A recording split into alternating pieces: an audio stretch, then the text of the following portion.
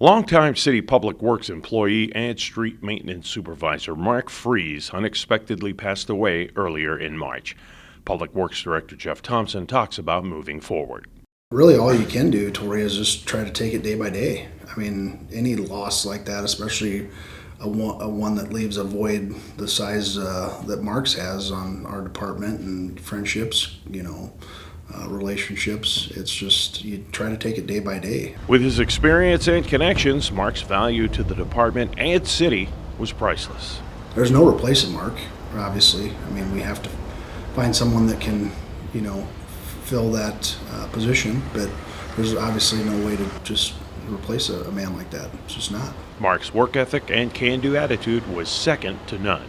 You could give him a task, and whether he agreed with it or disagreed with it, he'd get it done, and he'd, and quite frankly, until we had that void this past week, there were certain things that he did on a day-to-day basis that were done kind of behind the scenes, so to speak, that we didn't really realize. Managing mayor's hotline calls is one of those areas. We had a power outage and several traffic signals in town were without power, and dispatch called me.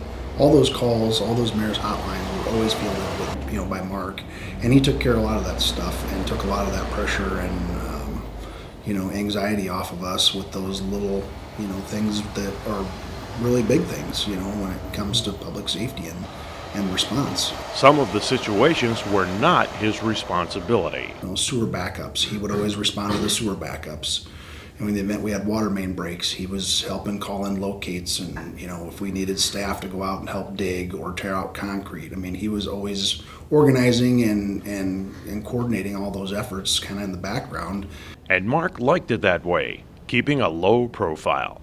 And never asked, anybody for any recognition for it. So, I mean, he was a true public servant. I mean, almost 43 years of his life, he served the citizens in Papillion, and like I said, it saddened me to hear that first off that he was sick, and secondly that it went so fast and he just couldn't, pull through it. Thompson put together a public works vehicle procession. Besides Papillion, La Vista and Sarpy County Public Works took part, supplemented by Papillion Police.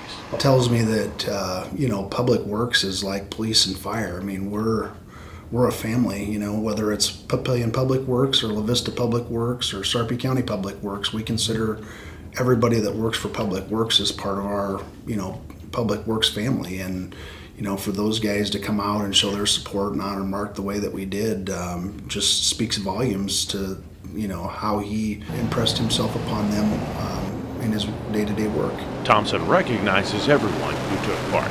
I couldn't have been happier with the turnout, and I couldn't have thanked the guys enough. Police, fire, they provided a tremendous amount of support with blocking the roadways. I mean, Mark, he'd take a lot of the calls from the police department about, at night when snow removal operations were going, slick spots here and, potential, signal, traffic signal issues there. It was just, again, he took a lot of that stuff off of our operational, the operational side of it off of our plate, and until he was gone, it's just, we kind of took it for granted, quite frankly.